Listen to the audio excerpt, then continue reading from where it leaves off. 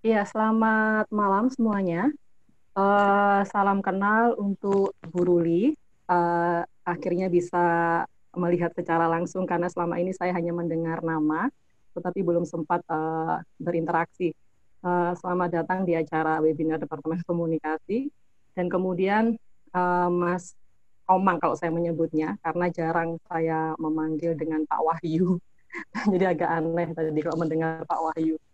uh, Senior saya di ilmu komunikasi, tapi saya sudah kenal juga cukup lama ketika dulu istri dari Mas Komang ini juga teman di pergerakan mahasiswa zaman masih muda dulu.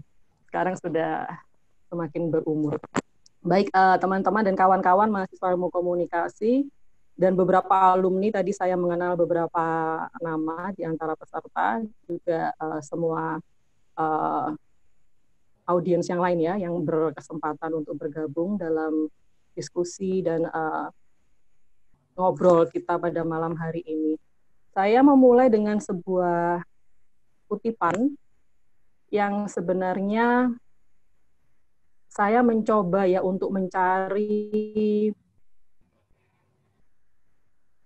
kalimat yang lebih dalam pengertian saya ingin menebarkan atau menyebarkan mungkin sesuatu yang indah untuk didengar pada malam hari ini, tetapi entah mengapa saya tidak berhasil menemukan apa yang saya cari, yang saya kira tepat, tetapi saya justru mengingat dan membuka ulang dan menemukan kalimat yang cukup berkesan bagi saya pribadi, yang saya ambil dari salah satu novel Albert Camus, yang mengatakan di salah satu dialognya di dalam novel itu, bahwa Tuhan tidak dibutuhkan untuk menciptakan kebersalahan maupun untuk menghukum.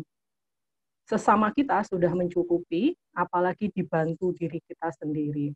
Agak miris sebenarnya ya membaca kalimat ini, karena menyiratkan sesuatu yang agak penuh keputusasaan berkaitan dengan apa sebenarnya dan bagaimana relasi antara manusia dengan manusia dan relasi antara manusia dengan Tuhan. Di mana dua hal ini adalah salah satu nilai yang sering diperdengarkan, sering kemudian dijadikan sebagai fundament atas apa yang kita sebut sebagai agama, yang mengatur bagaimana kita terhadap Tuhan dan juga kita terhadap sesama.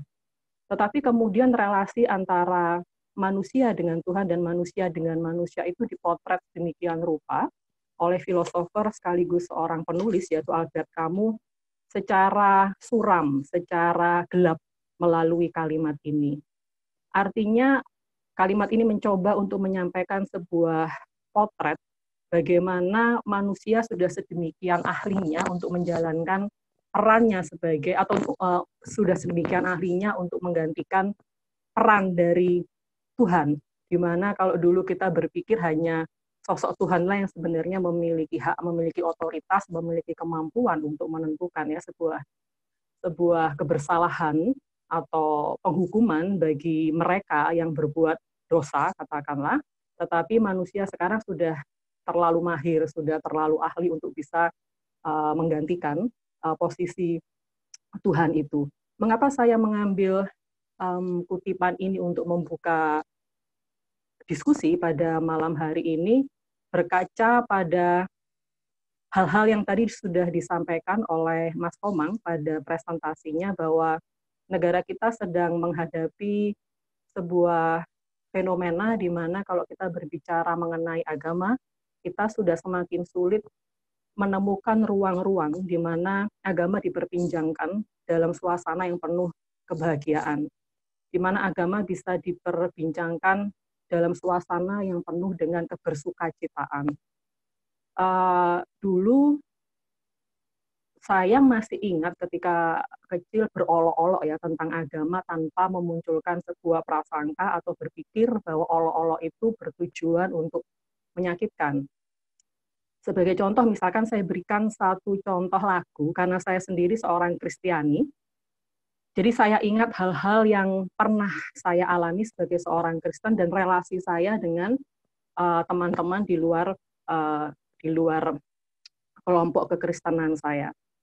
Salah satu hal yang dulu sering kali dinyanyikan ketika saya masih kecil, Kalau ada teman-teman yang mungkin pernah mendengar kata sekolah minggu itu semacam pertemuan yang diadakan di gereja untuk anak-anak usia 6, katakanlah SD, sampai SMP mungkin ya, atau SD. Nah, di dalam pertemuan atau sekolah minggu itu biasanya seorang anak belum bisa masuk ke ibadah besar di gereja karena di bawah usia yang mungkin dirasa masih belum cukup memahami khotbah yang dikemas secara serius. Sehingga dia diletakkan di kelas-kelas yang memang khusus diperuntukkan untuk anak-anak. Dan biasanya pada pertemuan itu banyak menyanyinya daripada mendengarkan khotbah, walaupun tetap ada khotbah, tetapi disampaikan dengan ringan. Nah, salah satu lagu yang sering dinyanyikan di gereja itu ada yang judulnya lagunya Tuhan Yesus Tidak Berubah. Jadi lagunya begini, Tuhan Yesus tidak berubah, gitu kan. Nah, seharusnya lagu itu disambung dengan tidak berubah, diulang-ulang, Tuhan Yesus tidak berubah, tak berubah selama-lamanya, begitulah. Tetapi kemudian, maaf, ketika saya berinteraksi dengan teman-teman Muslim, diplesetkan.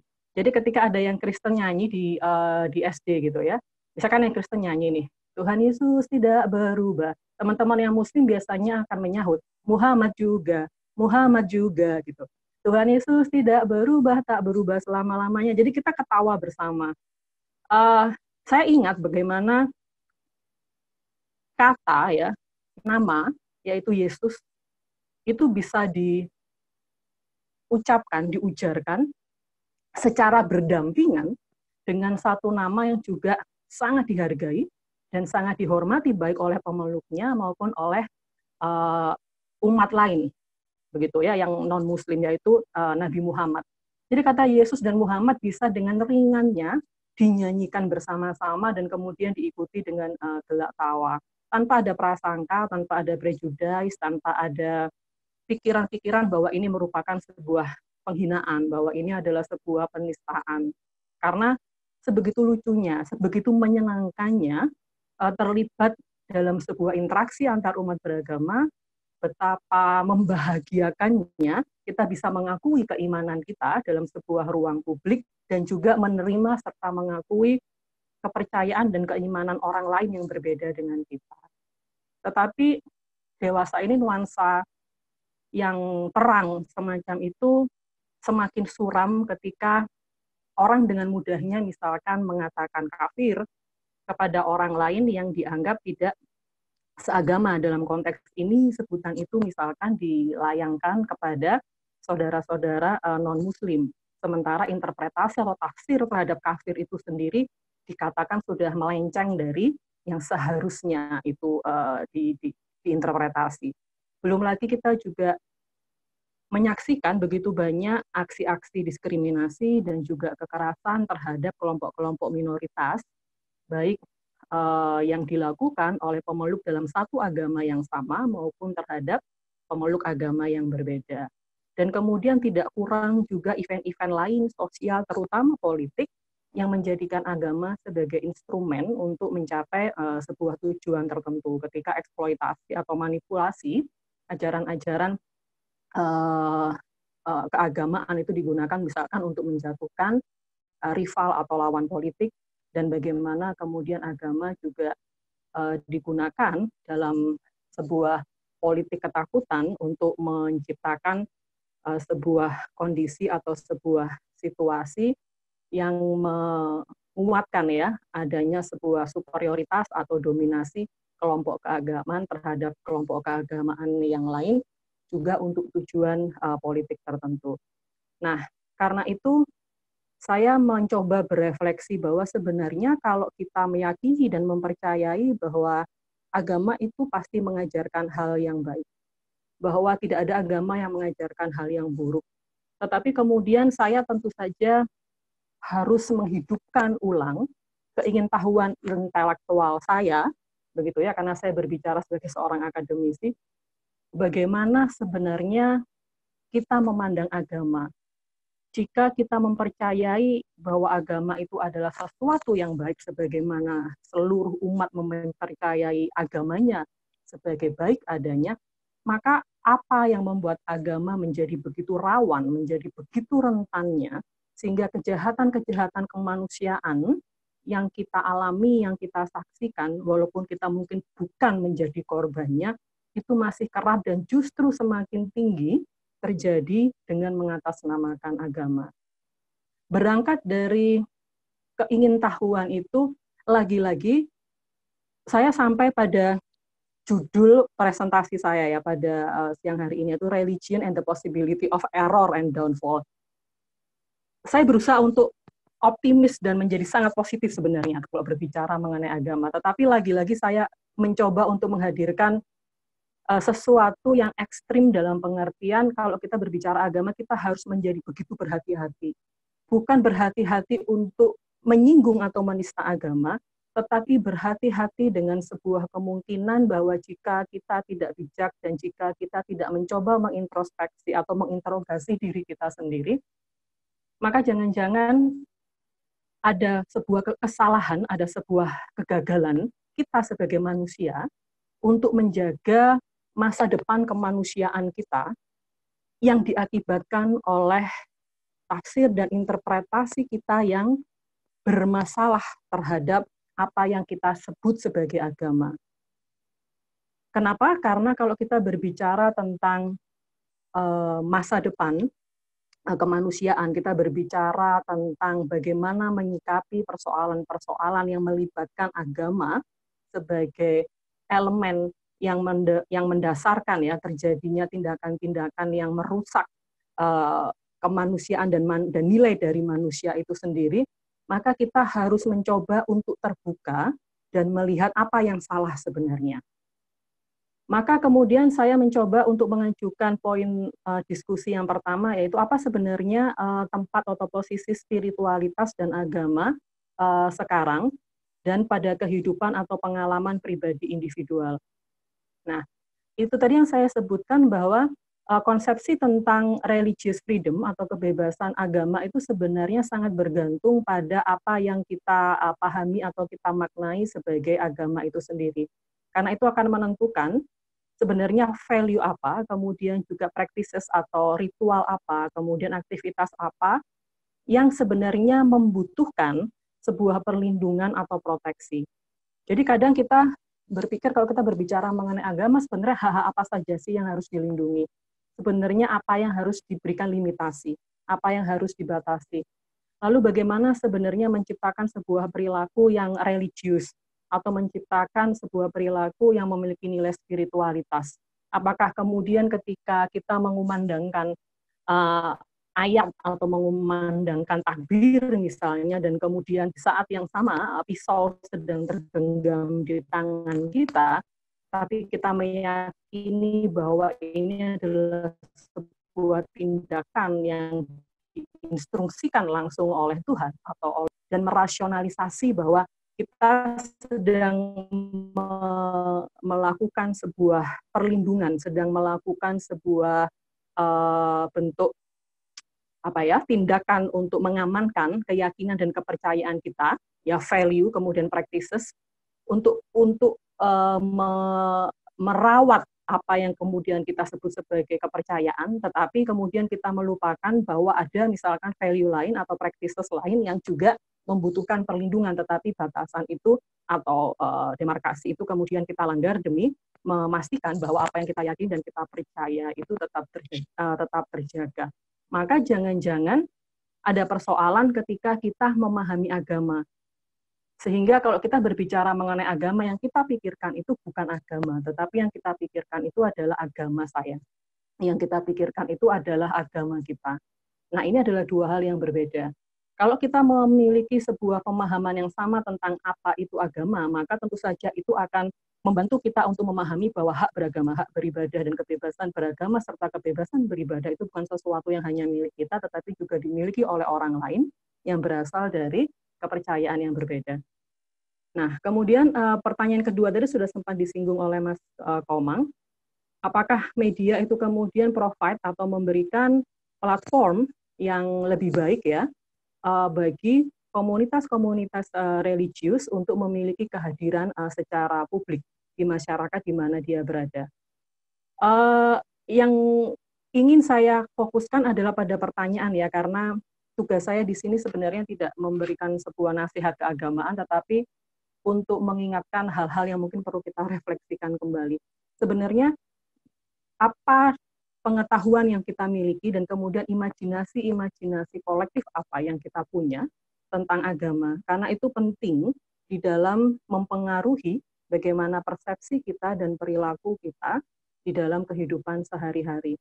Tadi saya sudah membagi imajinasi ya yang saya punya secara personal tentang pengalaman masa lalu saya di dalam berinteraksi dengan umat lain atau di dalam menghidupi agama dan keyakinan saya. Tetapi harus diingat bahwa masing-masing orang membangun imajinasi personalnya secara berbeda. Dan masing-masing orang juga dipengaruhi dengan imajinasi yang dibangunkan secara berbeda, secara kolektif, terutama oleh otoritas-otoritas atau oleh tokoh-tokoh atau oleh orang lain di luar dirinya, sehingga mereka kemudian mempercayai sebuah realitas besar mengenai agama mereka dan mengenai agama orang lain. Nah, ini yang kemudian harus mulai dan harus sering kita pertanyakan kembali. Sebenarnya pengetahuan macam apa yang sedang disuntikkan kepada kita?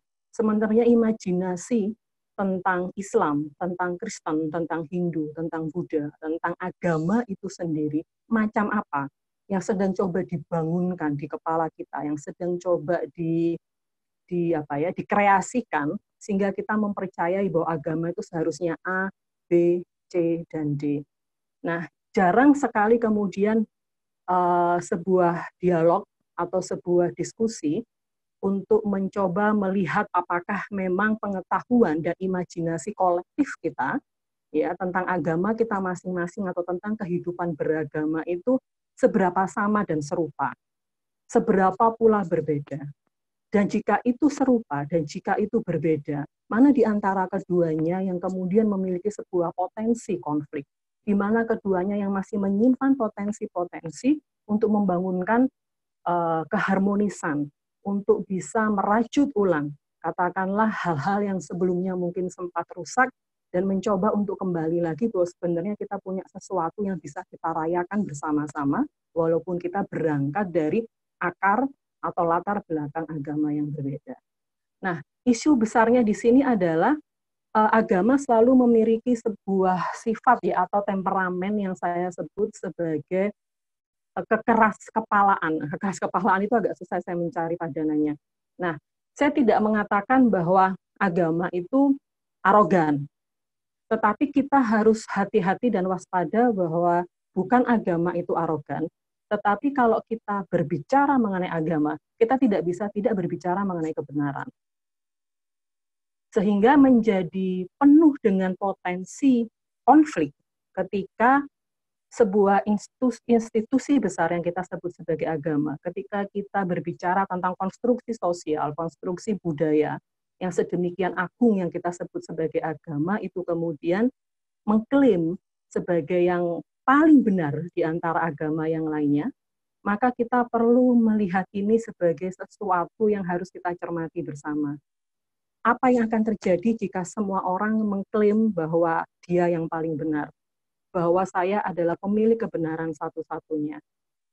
Sehingga kemudian klaim inilah yang memunculkan apa yang disebut sebagai arogansi itu. Tanpa klaim ini tentu saja arogansi itu tidak muncul.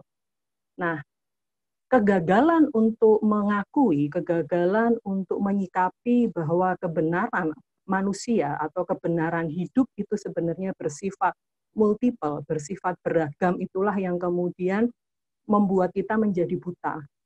Bahwa sebenarnya yang menjadi posesor atau pemilik kebenaran itu bukan hanya satu atau dua orang. Tetapi semua orang memiliki potensi-potensi untuk memahami sebuah kebenaran, sekaligus juga untuk menghayati kebenarannya, dan sekaligus juga memiliki versi atas kebenarannya. Tetapi bagaimana kemudian kita bisa tahu, begitu ya, apakah yang kita percayai dan yang kita yakini itu benar. Dan kalau kita tidak meyakini itu sebagai sesuatu yang benar, maka untuk apa kita mengikutinya? Itu mungkin pertanyaan berikutnya. Tentu saja tidak menjadi masalah untuk mengikuti apa yang benar. Tetapi persoalannya di sini adalah kita sering kemudian meniadakan ya kemungkinan-kemungkinan bahwa kita juga sedang menghadapi atau sedang melihat ada versi lain yang sebenarnya juga membutuhkan ruang, membutuhkan tempat untuk disuarakan, sehingga kita setidaknya perlu untuk diam, perlu untuk mendengarkan, perlu untuk membuka sebuah kemungkinan bahwa dia pun sangat mungkin benar, saya pun sangat mungkin salah. Tetapi kebersalahan dan kebenaran itu hanya akan menjadi hidup dan akan menjadi jauh lebih bermakna jika kita menghadirkan itu dalam sebuah proses dialog. Nah, proses dialog inilah yang kemudian menjadi sulit sekali dilakukan ketika masing-masing orang sudah memiliki arogansi-arogansi tertentu, dan kemudian arogansi-arogansi ini tinggal dilabeli atau tinggal diberikan retorika-retorika yang menakutkan, katakanlah, yang mengintimidasi, sehingga kemudian mereka yang memiliki versi lain kebenaran merasa bahwa saya tidak punya cukup kekuatan untuk melawan, atau setidaknya mengatakan bahwa bisa jadi saya memang pantas begitu ya untuk diperlakukan secara berbeda. Nah, ini yang berbahaya, teman-teman. Itulah kenapa kelompok-kelompok minoritas di dalam sebuah iman kepercayaan itu struggle ya untuk menjaga eksistensinya, untuk merawat ritual, untuk tetap menghidupi kemungkinan-kemungkinan keberbedaan yang sedang dia temukan di dalam keyakinannya, itu menjadi sulit sekali. Karena dia berhadapan dengan sebuah tembok raksasa yang mungkin disebut atau dilabeli sebagai kebenaran.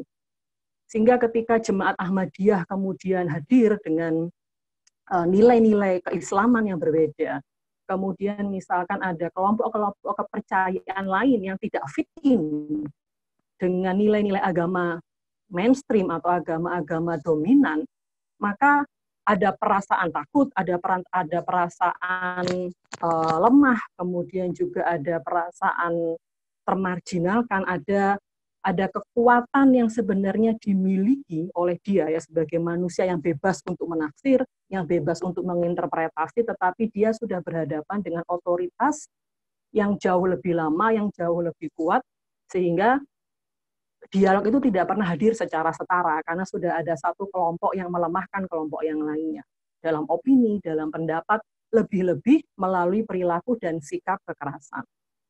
The devil knows a lot about God. Ini saya lupa saya mendengar di mana, tapi kalau dalam cerita-cerita sekolah minggu ya di kekristenan itu sering ada ungkapan atau guyonan seperti ini. Oh, jangan salah, setan itu ya atau iblis itu tahu banyak tentang Tuhan. Kalimat ini menjadi pengingat dalam pengertian kalau kamu mendengar orang berbicara banyak tentang Tuhan, ya sebut saja tokoh agama, tuh tidak perlu tokoh agama, bisa siapapun. Jangan pernah menganggap bahwa dia adalah yang paling benar. Berhati-hatilah, kenapa? Karena guyonan ini dan di dalam salah satu ayat di Alkitab itu ada semacam perumpamaan yang intinya setan dan iblis itu bukan sosok yang tidak tahu apa-apa tentang Tuhan. Dia tahu banyak tentang Tuhan. Jadi orang yang berbicara tentang Tuhan belum tentu dia adalah orang yang memahami atau orang yang menafsir paling benar tentang Tuhan. Karena setan dan iblis pun atau orang jahat pun juga dengan fasihnya bisa berbicara tentang Tuhan. Salah satu cerita yang populer di kekristenan itu adalah cerita tentang malaikat Lucifer. Ya, ini saya share aja. Nah, malaikat Lucifer itu, malaikat setan yang disebut dengan Lucifer itu, konon itu adalah pemimpin puji-pujian di surga yang paling disayangi dan paling dicintai oleh Tuhan, paling kenal baik dengan Tuhan. Tetapi kemudian dia fall down, dia jatuh, dan kemudian berontak dan berkhianat. Tetapi kalau dia harus berbicara tentang Tuhan, dia tahu banyak. Nah, berhati-hatilah karena tidak selamanya ketika Anda mendengar orang berteriak Tuhan di jalanan, ketika orang kemudian menciptakan retorika-retorika dengan mengatasnamakan Tuhan, maka dia pasti orang benar. Tetapi banyak orang percaya bahwa inilah yang terjadi, sementara ini sebenarnya merupakan sebuah hal di mana kita harus menyikapi dengan sangat berhati-hati. Saya akan mencoba percepat karena waktu saya sudah tadi diperingatkan habis. Nah, religion is not a private and idiosyncratic. Artinya agama teman-teman itu sudah tidak bisa lagi dikatakan sebagai sesuatu yang privat atau sesuatu yang pribadi, sesuatu yang distintif, yang tidak memiliki tempat pada ruang publik. Karena agama itu memiliki dua dimensi, yaitu dimensi private dan personal, serta dimensi publik. Next. Nah, kalau kita berbicara agama dalam dimensi, ini bukan tentang hak untuk menjadi benar ya, yang penting. It is not the right to be right which is important. Jadi kita tidak melindungi hak orang untuk menjadi benar, tetapi sebenarnya yang kita lindungi perjuangannya di sini itu adalah bagaimana kita memilih hak untuk memiliki suara, bahwa hak untuk bersuara, hak untuk terlihat, hak untuk terlibat dalam diskursus di masyarakat, ya pada public debate atau pada perdebatan publik, itulah yang penting, itulah yang harus diperjuangkan. Karena hak untuk menjadi benar itu tentu saja bisa diklaim oleh siapapun. Tetapi itu tidak menjadi berarti atau tidak menjadi bermakna jika itu tidak pernah didialogkan atau tidak pernah disampaikan dalam sebuah dialog, dalam sebuah percakapan, dalam sebuah mungkin pertarungan ideologi dalam ruang publik yang disaksikan oleh orang lain. Kenapa? Karena orang akan memiliki kesempatan untuk melakukan assessment, akan memiliki kesempatan untuk mengeksamin, untuk menilai, untuk menginvestigasi. Nah, kesempatan untuk menilai, kesempatan untuk menginterogasi, kesempatan untuk mempertanyakan ulang ini hanya bisa terjadi jika masing-masing kelompok beragama, jika masing-masing identitas beragama memiliki kesempatan yang sama untuk terlibat dalam public debate, untuk terlibat atau terlihat setidaknya di dalam ruang-ruang publik dan bisa menyuarakan apa yang menjadi gagasan, apa yang menjadi nilai-nilai yang dia yakini sebagai benar. Nah, sosial media kemudian memiliki power ya, memiliki kesempatan, kekuatan untuk mendorong baik visibilitas ya atau invisibilitas dan kemudian menenggelamkan, menyembunyikan atau membuat identitas kelompok itu menjadi nyata. Jadi sosial media ini memang sebuah arena di mana pertarungan dan perdebatan ideologis itu terjadi. Artinya sosial media itu sendiri banyak yang mengatakan ini netral, artinya ini sebuah ruang publik di mana setiap orang bisa terlibat di dalamnya. Tetapi kita tidak bisa pula secara naif melihat sosial media ini sebagai ruang yang tidak dimiliki oleh siapapun. Karena sebagai sebuah ruang, maka pertarungan itu menjadi nyata. Sehingga di dalam sebuah ruang, kita akan selalu melihat ada kelompok-kelompok yang dominan, kita juga akan selalu melihat ada kelompok-kelompok yang terpinggirkan atau yang termarginalkan. Tetapi tidak berarti bahwa kemudian sosial media menjadi ruang yang bukan untuk apapun dan bukan untuk siapapun atau menjadi sia-sia dan kita tidak usah melakukan apapun di sana. Tetapi yang bisa dilakukan sebenarnya adalah bagaimana kita kemudian bisa melihat bukan hanya keberlangsungan ya eksistensi kita sebagai sesuatu yang penting untuk diperjuangkan, tetapi kita harus mulai melihat pentingnya perubahan paradigma untuk melihat kelompok masyarakat itu sebagai sesuatu yang komplit menjadi sesuatu yang inkomplit. Nah, saya akan jelaskan yang terakhir saja sebelum saya akhiri. Pluralizing hermeneutics ini akan saya lewati dan akan saya coba next saja. Ini yang saya maksudkan. Kenapa sosial media itu kemudian masih relevan dan kita masih berbicara pentingnya untuk melihat ya ini ruang ini sebagai ruang-ruang kemungkinan. Saya menawarkan gagasan ya yang disebut sebagai progresif multikulturalisme. Kita semua mungkin sudah paham tentang apa itu multikulturalisme. Tetapi ada dua prinsip sebenarnya yang mungkin belum banyak dibicarakan atau paradigma berpikir yang mungkin belum sering ya didialogkan, yaitu perubahan dari completeness to incompleteness. Nah, sosial media itu harus kita lihat sebagai ruang yang penuh dengan incompleteness atau ketidaklengkapan. Maka saya sebagai umat beragama, saya harus merasa incomplete. Bukan saya adalah sesuatu ya atau seseorang ya individu yang sudah penuh atau sudah utuh. Saya dan keyakinan saya cukup. saya beres dengan kehidupan saya masuk surga, saya berbuat kebaikan, kemudian kalau ada yang berbeda keyakinan dengan saya, maka kemudian saya bisa katakan dia salah, dan keyakinan saya aman, saya memproteksi diri saya dan kelompok saya, dan itu cukup. Tidak mengakui perbedaan pun juga ternyata tidak cukup. Yang kita perlu akui itu adalah ketidaklengkapan kita. Jadi konsep progresif multikulturalisme itu adalah masyarakat yang melihat bahwa kita masing-masing inkomplit tanpa yang lain. Maka itulah yang kemudian ada sesuatu dalam diri kita yang mengundang kehadiran lian di dalam diri kita. Bahwa sosok yang lain itu harus hadir. Karena tanpa yang lian, tanpa yang lain, maka kita menjadi seseorang inkomplit. Maka ketika yang lian itu hadir, ketika yang lian itu datang, ketika saya mulai memasuki kehidupan orang lain, ketika saya mulai berinteraksi dengan yang berbeda dari diri saya, ketika saya mulai menyapa, ketika saya mulai melihat bahwa ada kebenaran pada diri orang lain, sama seperti ada kebenaran pada diri saya, maka kebenaran yang bertemu dengan kebenaran itu menghasilkan sebuah kebenaran lain yang mungkin lebih utuh, yang bukannya saling meniadakan atau yang saling berkonflik, tetapi kebenaran yang saling melengkapi mungkin. Kita tidak tahu, tetapi konsep incomplete ya, sesuatu yang tidak lengkap itu menjadi penting dalam masyarakat multikulturalisme karena ini adalah dasar bagi kita untuk kita mencari yang lain. Nah, kita bukan sedang mencari selama ini, kita menyingkirkan, kita meniadakan, atau kita membuat yang lain menjadi sama dengan diri kita. Seolah-olah kalau yang lain sama dengan diri kita, maka kita menjadi bertambah besar. Dan kebesaran diri secara kuantitas maupun secara kualitas dalam kehidupan beragama seringkali itu menjadi sesuatu yang semu untuk dirayakan. Kita lupa bahwa sebenarnya sebagai umat beragama saya inkomplit tanpa umat beragama yang lain. Dan yang terakhir, kita harus experiencing yang disebut sebagai passing over. Apa itu passing over? Passing over itu konsep di mana kita melakukan sebuah penyeberangan.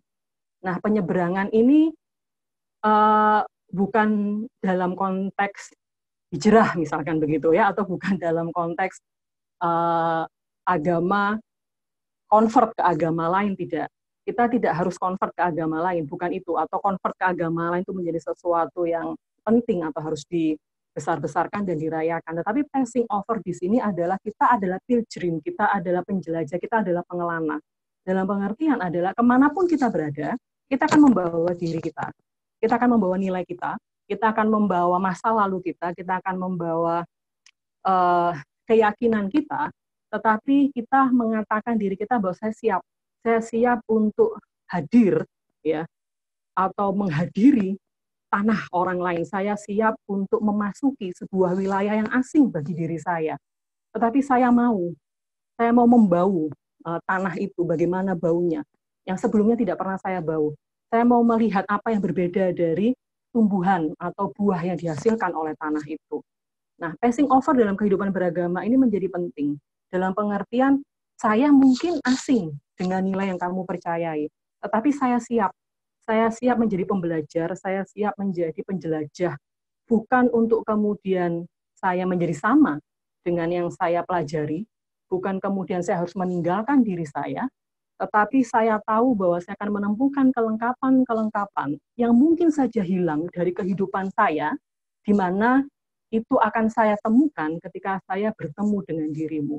Nah, konsep passing over ini yang kemudian menjadi penting saya rasa, yang bisa kita jadikan sebagai dasar untuk berpikir ketika kita berhadapan dengan keberbedaan, sehingga pikiran kita akan jauh dari melihat orang lain sebagai ancaman, agama lain sebagai ancaman, sebagai musuh. Tapi tidak.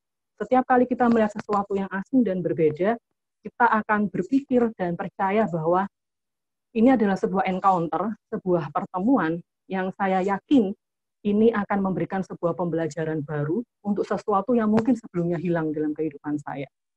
Udah, mungkin saya akan tutup saja presentasinya karena waktunya sudah habis dan mungkin kita nanti bisa lanjutkan dengan diskusi. Ya, terima kasih Mbak Sai.